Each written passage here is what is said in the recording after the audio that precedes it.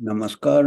मैं professor Amitabh Banerjee universal health organization आपको health के बारे में, पब्लिक हेल्थ के बारे में, महामारियों के बारे में समाचार लाता है और एनालिसिस भी करता है अपनी तरफ से। जो कनेक्टिंग द डॉट्स जिसको कहते हैं, या हम कहेंगे तारों को जोड़ना, अलग अलग तार है और उसका सर्किट बनाना, जिससे कि एक हम कई रहस्यमय चीजें हो रही है दुनिया में, पर्टिकुलरली पब्लिक हेल्थ में। Biological gain of function research, कीटाणु से लेके छेड़छाड़, और अभी पिछले हफ्ते से तहलका मचा हुआ है तुलसी गबार्ड ने बहुत बड़ा खुलासा किया। एंथनी फॉची जिम्मेदार है, और चाइना को वुहान में फंडिंग किया है, बहुत $1 मिलियन चाइना को, और सब उंगली वुहान की तरफ उठा रहे हैं और एंथनी फॉची की तरफ उठा रहे हैं। पर यूएचओ जो कई सालों से कोविड को फॉलो कर रहा था, कुछ चीजें जम नहीं रहा है। अभी उसमें सीनेट हियरिंग भी हो रहा है। वो भी पुराना सीनेट हियरिंग का अभी क्लिप अभी बता रहे हैं बार बार।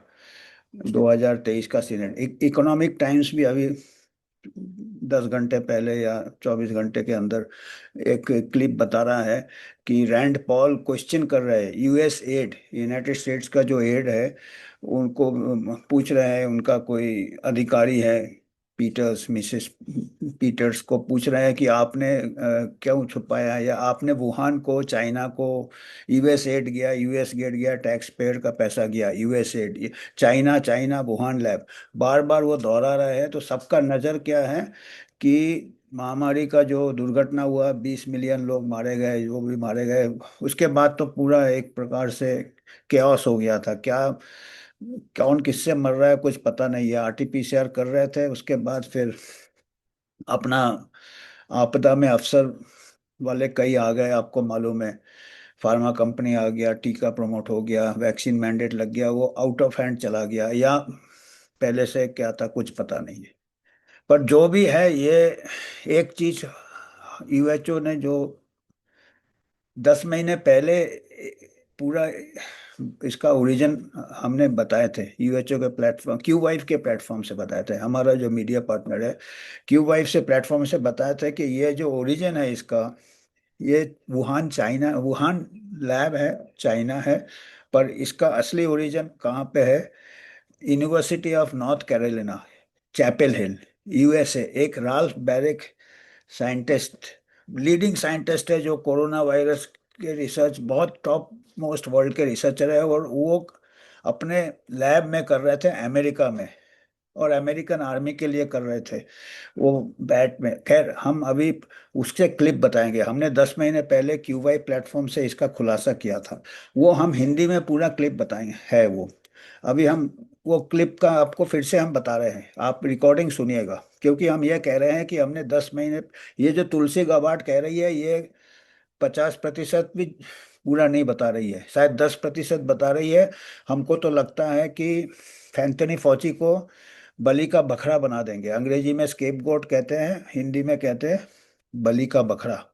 उसके भर के बात को दबा दिया जाएगा। एंथनी फॉची वो ऐसे ही, उसको क्या करेंगे, अभी 85 ईयर्स है, उसको कर देंगे कुछ पनिशमेंट वनिशमेंट या क्लेमेंसी। और हमको लग रहा है ये एक ड्रामा किया जा रहा है कि सच्चाई को छुपाने के लिए, क्योंकि ये अमेरिकन डिफेंस सीक्रेट है। एक्चुअली देखा जाए तो सीक्रेट क्या है, कई चीजें ऑनलाइन, पर लोगों को कुछ समझ में नहीं आता है ना, लोग दो और दो चार को।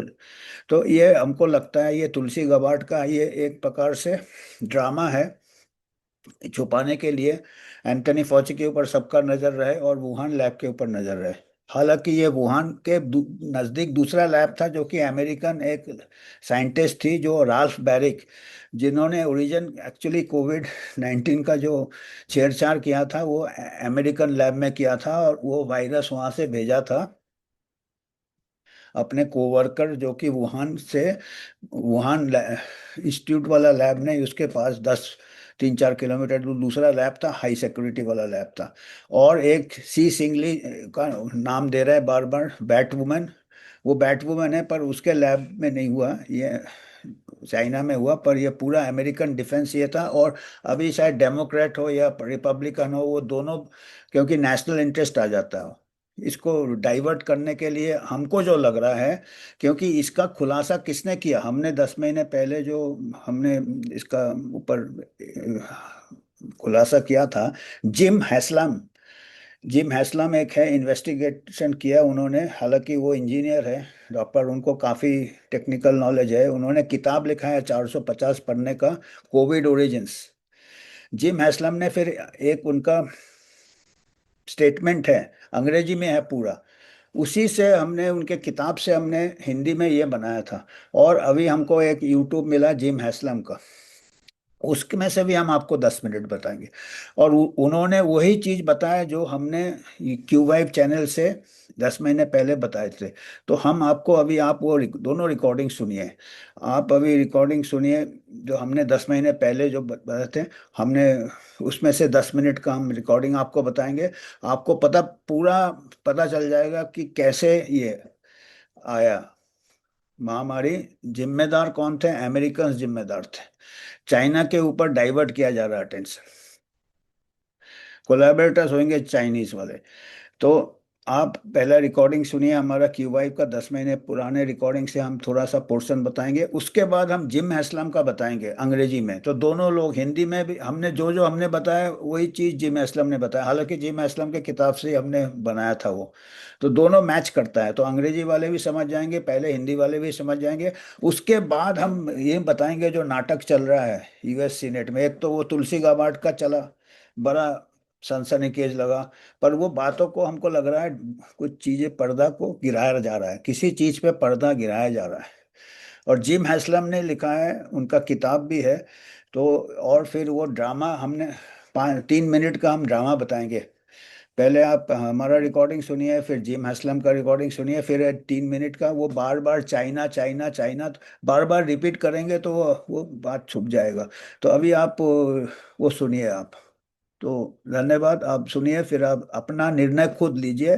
यूएचओ है कि आपको खाली इंफॉर्मेशन लाता है, अवेयरनेस लाता है एम्पावर करने के लिए, क्योंकि ये बायो लैब चारों तरफ है, और अमेरिका क्या करता है अमेरिका ही जानता है। और जहाँ भी हाथ लगाता है वो ये कर देता, चाहे वो डिफेंस हो, अभी महामारी में पब्लिक हेल्थ में भी अभी काफ़ी, हालांकि डब्ल्यूएचओ से अलग हो गया, पर वो अब पता नहीं कितना अलग हुआ, कितना है, चाइना के फंडिंग कर रहा है, क्या कर रहा है, कुछ समझ में नहीं आता। आप सुनिए रिकॉर्डिंग, फिर काफी कॉम्प्लिकेटेड है मामला। वुहान लैब से आया है, चाइना। चाइना को ऊपर पूरा उंगली, पूरा दुनिया का उंगली चाइना की तरफ घुमा दिया गया। पर बात और सनसनीखेज है, एक किताब निकला जिसका लेखक है जिम हैस्लम। जिम हैस्लम का किताब है कोविड ओरिजिन्स, और उन्होंने पूरे सबूत के साथ, जो कुछ सबूत है तो ऑनलाइन मिल जाएंगे आपको, कई सबूत के साथ उन्होंने बताया है कि ये अमेरिका में ओरिजिन हुआ है इसका। और यूनिवर्सिटी का भी नाम बताया है, यूनिवर्सिटी ऑफ नॉर्थ कैरोलिना। और काफी लंबी कहानी है, मैं इसका मुद्दे वाली, ये देखिएगा, ये बोला कि आप लोग भी जाके देख सकते हैं। ये डरपा साइट है उनका, डरपा उनका अमेरिकन डिफेंस, एक्चुअली ये डिफेंस के लिए बना रहे थे। और कोई ये defence advantage research project agency, DARPA, DARPA, DARPA है। इनका एक 2017 या 2018 को एक डिफ्यूज ग्रांट के नाम पे है। ये देखिए प्रपोजल 1, अगर आप ये आप ऊपर लिखा है project defuse, defusing the threat of bad borne corona viruses. Defuse मतलब फ्यूज निकालना, जिसमें कि आग ना लग जाए। तो ये डिफ्यूज प्रोजेक्ट एक प्रपोजल था, डिफेंस प्रोजेक्ट था, ये अमेरिकन आर्म फोर्सेस का था, कि इनके ट्रूप्स हर जगह डिप्लॉय होते, आपके साउथ एशिया कंट्री में इधर उधर इनके ट्रूप डिप्लॉय होते, और ये they should not have the risk, इनको एक रिस्क नहीं होना चाहिए कि जो चमगीदड़ होते हैं, बैट, ये दाहिने तरफ बैट बना हुए है, तो ये बैट वायरसेस, तो ये एक वैक्सीन का ये कर रहे थे, शोध कर रहे थे। बैट के लिए, चमगीदड़ के लिए, चमगीदड़ में बहुत वायरसेस होते हैं, कोरोना वायरसेस होते हैं, ये होते हैं, वो बैट वायरस।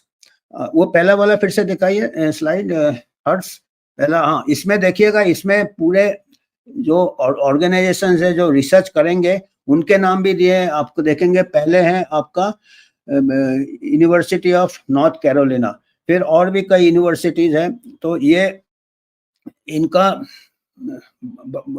एक ग्रांट के लिए एक प्रपोजल था, जिसका कि ये दरपा पेंटागन वगैरह के बाजू में ही है। ये पेंटागन जो अमेरिकन आर्मी का जो ये है हाई कमांड है, काफी इन लोग एक्टिविटीज करते हैं। तो इनमें यूनिवर्सिटी ऑफ नॉर्थ कैरोलिना में एक प्रोफेसर है जो कि नंबर 1 रिसर्चर है कोरोना वायरसेस में। उनका नाम है राल्फ एस बारिक, BARIC, रैल्फ बैरिक। उनके पास कैपेसिटी है, उन्होंने, ये लीडिंग रिसर्चर है, इनके पास $1 मिलियन का लैब है, यूनिवर्सिटी ऑफ नॉर्थ कैरोलिना में है। His lab uses corona virus as models to study genetics of RNA virus. ये इतना ही दिया है इनके इसमें, पर ये और गहरा है। इनके पास ऐसे कैपेबिलिटी है, इतने लीडिंग रिसर्चर है कि ये कोई, इनको अगर डिजिटल कोड भी कोई दे दे, उससे ये जरूरी नहीं है एग्जिस्टिंग वायरस को मॉडिफाई करे, ये एक वायरस बना सकते हैं अपने लैब में। ये जिम हैस्लम के किताब में है। ये बहुत, ये इनका जो है जिम हैस्लम का किताब में है कि ये वायरसेस बना सकते हैं। और ये इन्होंने जो इस प्रोजेक्ट में इनका नाम भी है। और पीटर डजक, इको हेल्थ, आपने नाम सुना होगा, इको हेल्थ का नाम सुना होगा, पीटर डजक का नाम सुना होगा। जब एंथोनी फॉची को पूछा जा रहा था कि आप अपने NIH के फंड्स और ये सब रिसर्च कैसे हो रहे हैं, नेशनल इंस्टीट्यूट ऑफ हेल्थ और NIAID, national institute of allergy and infectious diseases, ये एंथोनी फॉची इसके ये थे। तो ये फंड्स इसके लिए जा रहे थे for research for making vaccines. चमगीदड़ के लिए वैक्सीन बना रहे थे, ह्यूमन वैक्सीन है, चमगीदड़ के लिए वैक्सीन बना रहे थे। और इनका ये था कि ये वैक्सीन को बना, ये एक कोरोना वायरस से मिलता जुलता एक बहुत माइल्ड ये बनाएंगे। इनका कोई ऐसा नहीं था कि इनका जो नियत खराब था, ये नहीं है कि ये कोई दूसरे को नुकसान पहुंचाने के लिए कोई बायो वेपन बना रहे थे, क्योंकि ये राल्फ बैरिक का ऐसा नहीं है। ये बहुत कहते हैं कि ऑनेस्ट साइंटिस्ट है, और ये ऑनेस्टली बना रहे थे कि हमारे जो ट्रूप्स हैं, हमारा मिलिट्री एडवर्स कंडीशन में रहते हैं, फॉरेस्ट में रहते हैं, ये रहते हैं, वो बैट, तो अभी ये सबका उंगली इसी की तरफ था और यहीं आके खत्म कर दिया कि ये मोस्ट प्रोबेबल ये है कि ये वुहान, हर जगह वुहान लैब आता है। तो वुहान कनेक्शन भी आता है, पर वुहान का जो चाइनीज कनेक्शन नहीं है। ये जिम हैस्लम के किताब में, ये अमेरिकन है, पूरा अमेरिकन एक्सपेरिमेंटेशन था। ये बैट के लिए वायरस बना भी लिया था इन्होंने, सीक्वेंसिंग किया था, और सीक्वेंसिंग करने के बाद लैब में जो राल्फ बैरिक ने जो वायरस बनाया अपने यूनिवर्सिटी ऑफ नॉर्थ कैरोलिना में, उसको अभी टेस्ट करना था।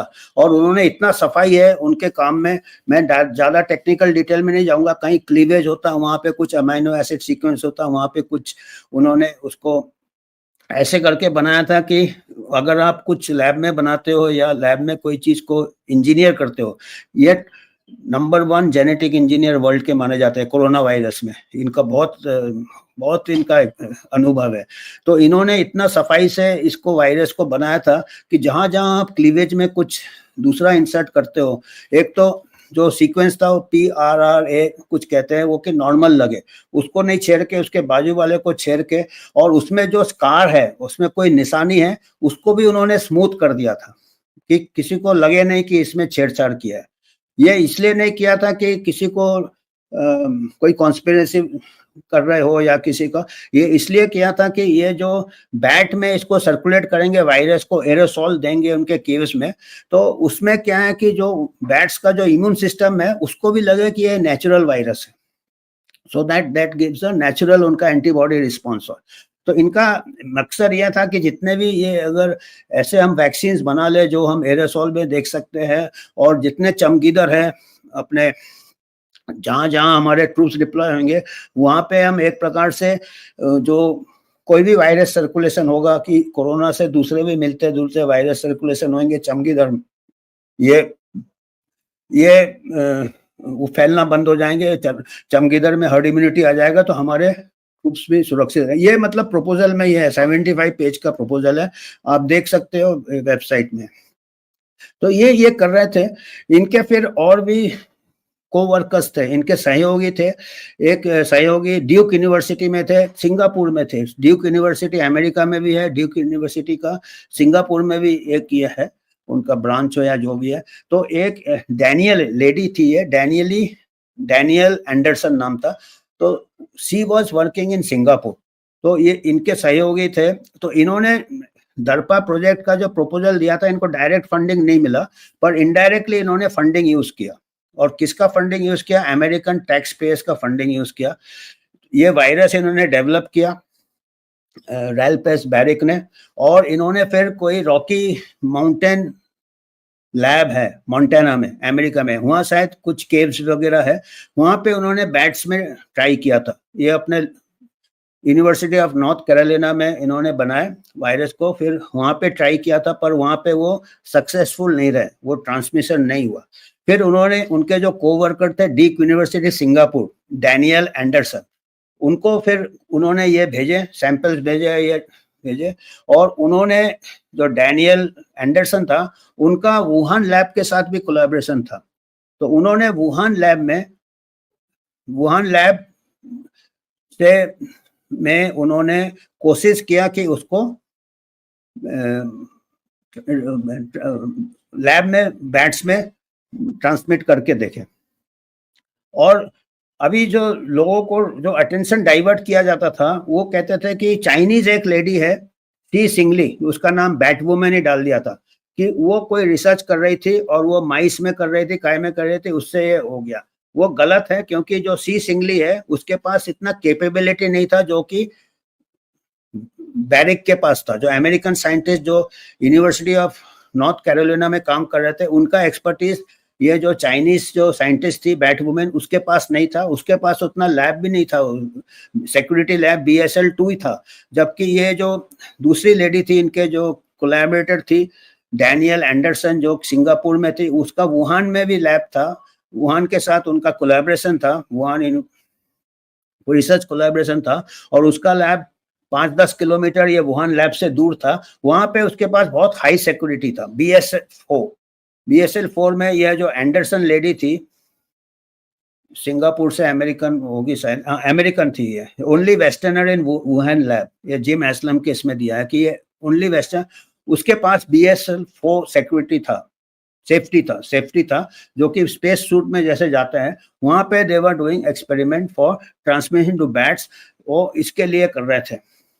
और वहां से फिर कोई शायद एक्सीडेंट हो गया हो, और ये वायरस बहुत माइल्ड था, इसीलिए बैरिक ने इसको माइल्ड ही बनाया था। इसका जो मैंने कई बार बताया है, इसका जो हेल्दी पर्सन में मृत्यु दर इसका 0.00, 0.05, 0.03 से 0.07, 69 ईयर्स एज तक था। खाली एल्डरली को it was acting like that. तो आइडिया इनका वैक्सीन वायरस बनाने का था, और वैक्सीन माइल्ड ही होता है, बैट्स को मारने का नहीं था, क्योंकि ये वायरस को फैलाना था बैट्स में, तो बैट्स में फैलाना था, पर वो इतना कामयाब नहीं हुए और लैब में एक्सपेरिमेंट कर रहे थे। अब इतना मेरे को जो जिम एस्लम के ये एक इंटरव्यू भी है, उसमें मैंने थोड़ा बहुत इसको सिंप्लीफाई करके बताया। उसके बाद क्या हुआ था कि फिर शायद आउट ऑफ कंट्रोल चला। My name's Jim Haslam. I'm a mechanical engineer. I'm not a biologist. I'm not a virologist. I'm what's called a lab leaker. I'm someone that's spent a lot of time online debating the origins of COVID-19. And I've written a 450-page book coming to my own conclusion, which is pretty different than the mainstream narrative. So my narrative holds that this was an accident, but it was a lab leak. It was not a virus, though. It was a vaccine. It wasn't a human vaccine. It was an animal vaccine. I contend that SARS-CoV-2 was technically what's called a bat vaccine. That is a very crazy concept for a lot of people. This distant mammalian ancestor of ours, 65 million year old, bat, essentially, was this target of this vaccine that we now call SARS-CoV-2. So that is the book I've written, and there's a bit of a plot twist in it. So I start off this book in the here it is right here. I start off the book in the Wuhan BSL-4. This is the giant biolab that we've all seen on the pictures of Wuhan. So in the remote areas of Wuhan is this BSL-4, and inside this BSL-4 was a Western woman. I'll mention her name. She's Danielle Anderson, and she's inside this BSL-4 from June of 2019 until October of 2019. And she left Wuhan in November of 2019. And she told the world later on she was working on Ebola. And we all accepted it because that's what you do in the big BSL-4 labs with the big BSL-4 spacesuit. And I noticed, though, that her story didn't quite add up. So I hit the rewind button when this document, this US American document, was leaked about a year into the lab leak, September of 2021 to be exact. This DARPA diffuse document was leaked. And in this DARPA diffuse document, this US military document, there is a woman named Danielle Anderson in it. And I, cross-referenced it with the woman that's in the Wuhan BSL-4. And she had told us she was working on Ebola, but here she is in a US military document working on coronavirus. And she's doing an experiment with live bats with these novel coronaviruses. So that's where my interest really got interested in this woo-woo. I was intrigued by this woman's story not holding up. She's known as the last Western woman in Wuhan. So I don't feel bad for talking about her because it's not really her fault. This was an accident. But I'm going to basically proclaim that she was patient zero. Danielle Anderson was our first victim of many in this COVID-19 pandemic. She was inside this Wuhan BSL-4 experimenting with live bats, with this live coronavirus, with this furin cleavage site right in the middle of it. And it got out on her watch accidentally. My evidence for that is it's thick, but it's enveloping to the fact where I can prove beyond a reasonable doubt that the pandemic started in her lab, at least. So what Wuhan provided, now because it started in her lab, I want to make this clear. It doesn't mean it was engineered in her lab. This is where it gets complicated. If something like a genome or a virus is ever engineered, virologists ship it around the world to test it. They freeze it in liquid nitrogen and they ship it around the world in the bottom of a plane, just like any other package. It's basically packed in solid ice, and it's shipped around the world for testing. So this isn't nefarious. All these labs just collaborate. This is Western science, in action. And this BSL-4 in Wuhan was built to invite Western scientists into the Wuhan BSL-4. So this was, open science, good science, hopefully safe science if something like this didn't happen. So just because it started in the Wuhan BSL-4s, which is what I continue, it doesn't mean it was engineered or created in the Wuhan BSL-4. It just means she's testing it. She's testing the final product, this prototype, what I call this R&D accident. So she is on the receiving end of this vaccine that's been shipped to her from a U.S. lab. This is where my narrative deviates from most others. If you interview another lab leaker, you'll claim that the Chinese scientist engineered this in a Chinese lab and it got out.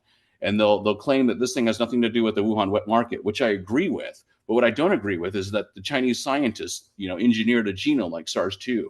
I actually contend it's impossible for a Chinese scientist to have engineered SARS-2. It's biologically impossible to have engineered a genome like SARS-CoV-2. And if you go through my book, COVID-19 Mystery Solved, there's multiple chapters outlining how that's possible. And to get further into the details of this, if anyone has been interested in the lab leak debate, they probably know of a woman named Shizheng Li. Shizheng Li is the bat lady of Wuhan. That is probably who people know about and have heard about. They don't know about Danielle Anderson, but they will know about Shizheng Li. They are colleagues, not close colleagues, but they are colleagues. They both are what's called bat virologists, essentially. So they're peers, basically, and they work on international projects, and they cross paths in Wuhan like they did in this project. So they are both in Wuhan in 2019. There is Shizheng Li, who's in the Wuhan BSL-2, that is near downtown Wuchang city center. And then you got Danielle Anderson. So when the pandemic started, this is in January 2020. Danielle Anderson has now left Wuhan. She is left without reason in November. The pandemic starts on January 10th of 2020. On January 10th of 2020, there's the first big event for the SARS-CoV-2 pandemic. The genome is uploaded. The Chinese scientists have isolated the virus, this mysterious virus circulating in Wuhan, and they have uploaded this genome, this 30,000 nucleotide genome, this signature, if you will, to the databases. And when they upload the signature to the databases, Danielle Anderson's boss, Linfa Wang, stepped down as Duke's emerging infectious disease director.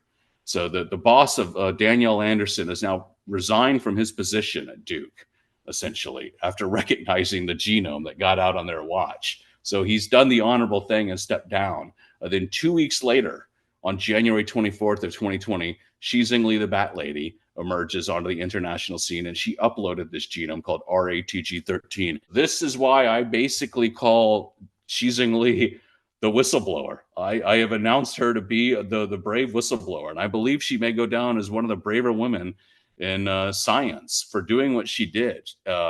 Because when she uploaded this genome, this RATG13 genome, which is about 96% similar to SARS-2, it's not 100%, but it's a close match. When she did that, she ironically made her own lab the primary suspect of a lab leak because she had the closest known genome to man, to any woman, to any scientist. So ironically, when she did this, she brought attention to her lab in the BSL-2. She brought hell upon her.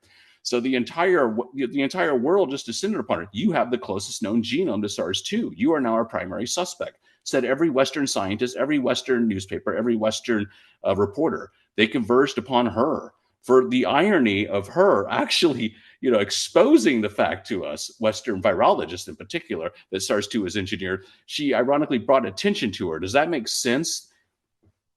She basically goes down, with this just nightmare of a firestorm brought upon her for doing this pretty brave act. Because when she uploaded this genome that made SARS-2 look engineered, one of the Western scientists wanted her arrested. So this is where it gets kind of interesting. So when I contend that SARS-2 wasn't created or engineered in Wuhan, I'm going to tell you it was engineered in U.S. labs. And one of the two people that I can name names because it's pretty clear who did this. The guy that created the genome is Xi Zhengli's colleague in North Carolina. His name is Ralph Baric. So he's been in Chinese newspapers. Don't worry, the Chinese media know who Ralph Baric is. So he is this coronavirologist. He's basically specializes in coronaviruses for the past 40 years. So he's been doing it since coronaviruses have been around, or at least recognized in circulation. And he's one of the few, if not the only scientist on the planet that could have created a genome like SARS-2, because it's so new, so novel, so different. No one could create anything like this other than him. So this Ralph Baric character is a professor at the University of North Carolina. And he wrote this DARPA, this U.S. military proposal in 2018. And he said, I, Ralph Baric of the University of North Carolina, I'm going to insert the fear and cleavage site, what I just showed you on the back of the book. And I want to test it on live bats in the Wuhan Institute of Virology. Why? This is where it gets a little weird, but it's the Chinese horseshoe bats. This horseshoe bat is this about as big as your fist. And it's very small and very fragile, but it is the source of what's called SARS-1. That virus, that SARS-1 virus, was traced by Xi Zhengli, the Bat Lady of Wuhan, back to Chinese horseshoe bats. And these Chinese horseshoe bats are in the remote Yunnan province, which is about 1,500 kilometers south of Wuhan. Senator Paul. Ms. Powers, did USAID fund coronavirus research in Wuhan, China? We did not fund gain-of-function research, That's not the as question. you know. The question is, did you fund coronavirus research in Wuhan, China?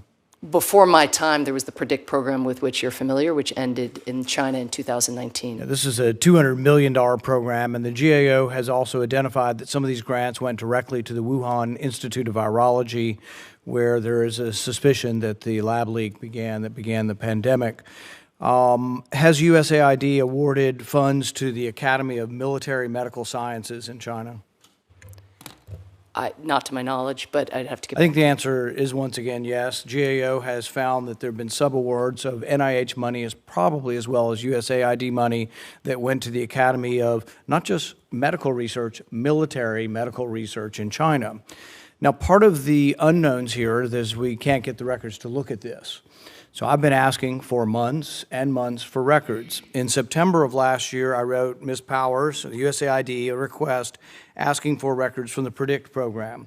These are not classified. These are simply records of scientific research, and we want to read the grants to find out what they were doing and whether the research was dangerous or not. The response I got from your agency was USAID will not be providing any documents at this time. They're just unwilling to give documents on scientific grant proposal. We're paying for it. They're asking for $745 million more in money, and we get no response. So 2 weeks ago, the ranking member, Risch, myself, and 25 other Republican senators, unfortunately, so far, signed a letter once again. It's still no response. We're not asking for classified information. We're not asking for anything unusual. 20 million people died around the world. You're supposed to be an agency that cares about the death of people around the world. We, talk about starvation and famine, and 20 million people died from a virus, and you won't give us the basic information about what grants you're funding around the world and who you're funding. Should we be funding the Academy of Military Medical Research in China? They're now off limits. But did we fund them? And who was making the decision? You know who ran the PREDICT program? UC Davis. Have you had any conversations with UC Davis about research in China and whether it was advisable? Independent यूएचओ का account है ये. हम किसी pharma से या कोई private institution से या पॉलिटिकल पार्टी से स्पॉन्सरशिप नहीं लेते हैं. आप ही के मदद से हम आपको ऐसे समाचार